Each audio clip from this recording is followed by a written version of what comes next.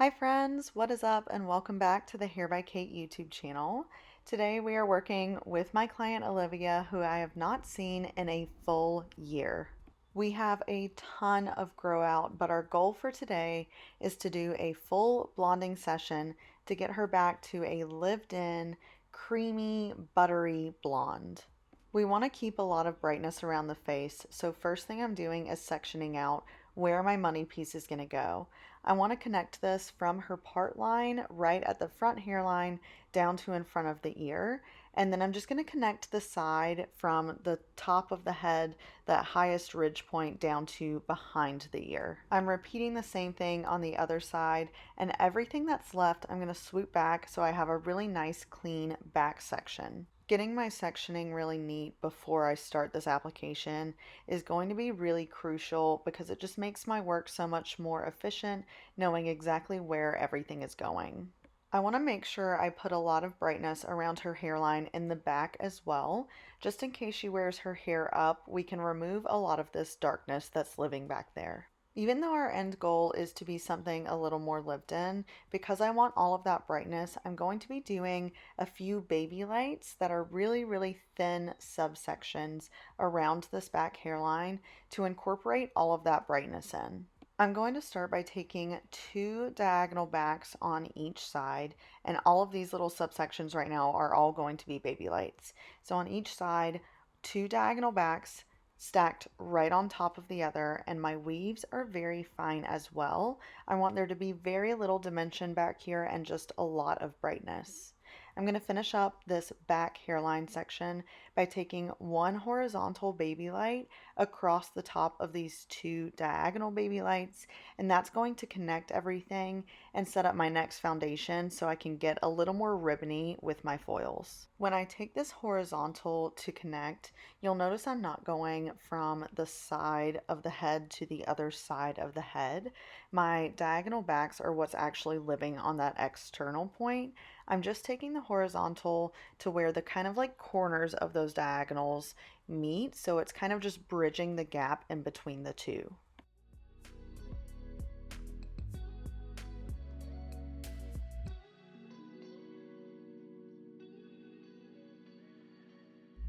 Now we're going to start working into kind of like the meatier sections of this placement. Instead of going quite so thin and fine like we did for the baby light hairline detail sections, I want this to be a little more ribbony so we can get that really dimensional kind of lived in look.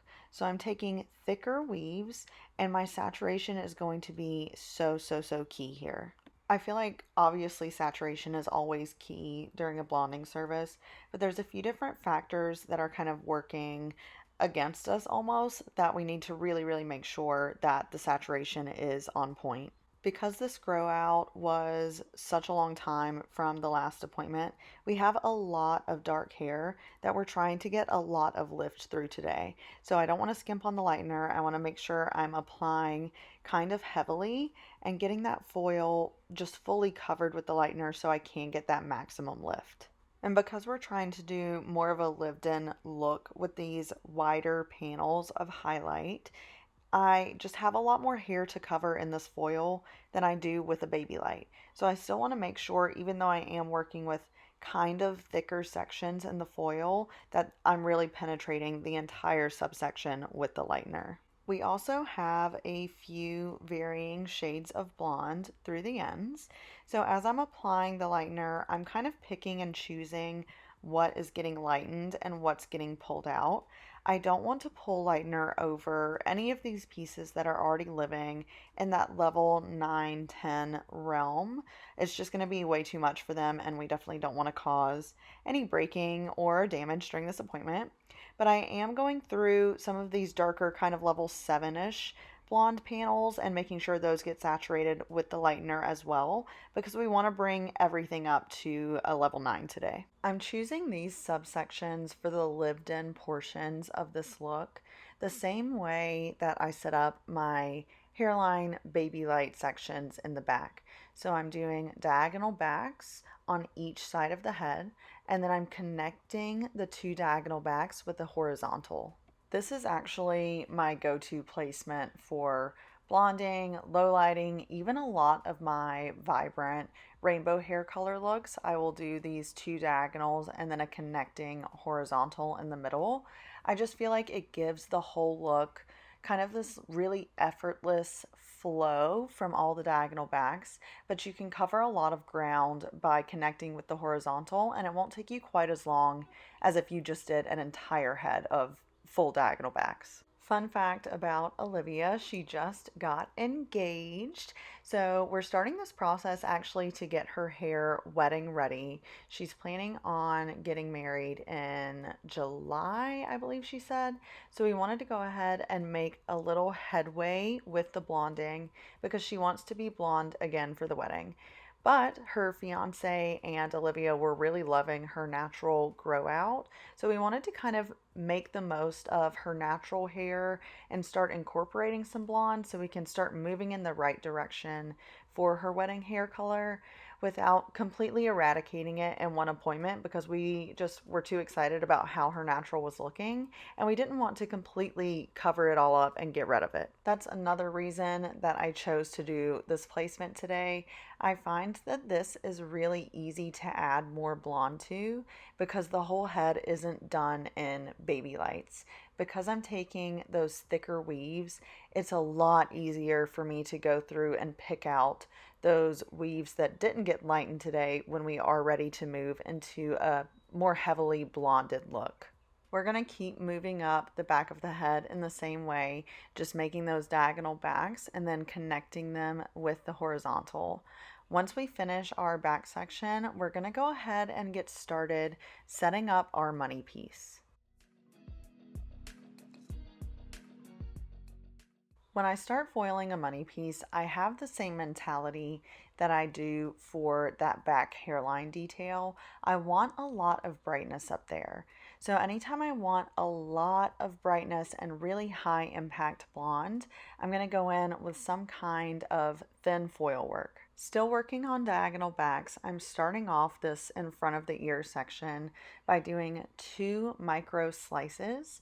So instead of doing any kind of weaving, I'm just slicing all the way across. But because I'm not doing weaving and I am just doing a slice in these first 2, again, saturation is key. We're putting a good bit of hair in that foil. My next 2 moving back after the micro slices are going to be baby lights. So same thing that we did in the back. I like to start off money pieces with micro slices instead of a baby light because what does a baby light end up giving us? Just a little bit of soft dimension, right?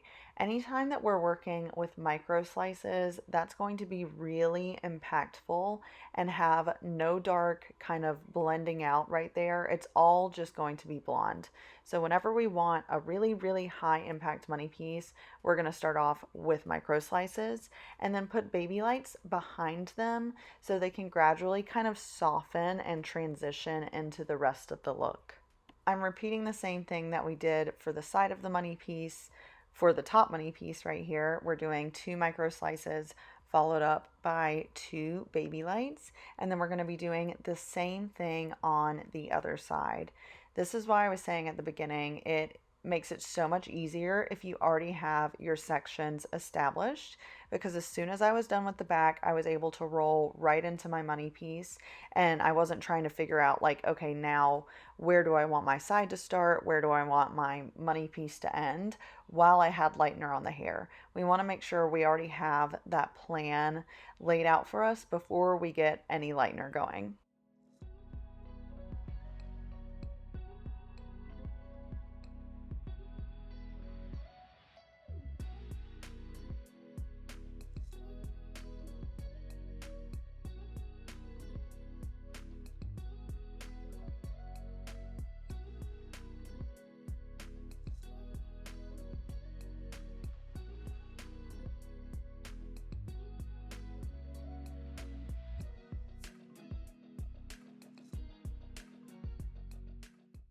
Once your money piece subsection is complete, we're going to go back into those thicker weaves like we did for the lived-in portion of the back of the head. Starting off following the money piece, I am still going to be working on diagonal backs, but as I move up the sides, I kind of start rounding out my foil. So each one is going a little less diagonal and a little more horizontal. That way, when I reach her part line, I'll have a nice crisp horizontal foil to put in, and I can make sure that I get really, really close to her scalp with the foil. I don't know if this is just me. Leave a comment and let me know if y'all feel the same way. But for whatever reason, I just can never do a mohawk section. Like, I think it's just the body positioning that I have to stand in to do a mohawk section. It's not for me. So I always try to get my foils to kind of go horizontally up against the part line so I can not have to do mohawk sections. So a few things are going to be happening at our shampoo bowl portion of this service. First thing, I wanted to do a very, very minimal root tap. I didn't want any kind of like smudge root. I didn't want to put a bunch of dark back on top of hair that I just lightened, because why? But I did want to do just a little bit to make sure that we could keep that really soft transition. So this service will kind of last a little bit longer for her. It will just kind of give her a little less maintenance when it starts growing out. I'm using just straight 6N from Redken Shades EQ for my root tap. And then for my glaze, I'm going in with a custom mix to bring her to that really creamy, buttery blonde. I used equal parts 9NB, 9NW, and 8GG, and I applied it to the money piece section for just like 1 or 2 minutes at the very end. Obviously, she came out stunning. I love when Olivia does have that bright money piece just because it pops with her eyes so much, like her eyes and skin tone with that brightness around her face. I'm just obsessed with. I was also so happy with how all of that dimension came through. That blonde playing off of her natural is just so pretty to me. Let me know what y'all think of Olivia's full blonding service in the comments down below. Don't forget to like and subscribe, and I will see y'all in the next video. Bye!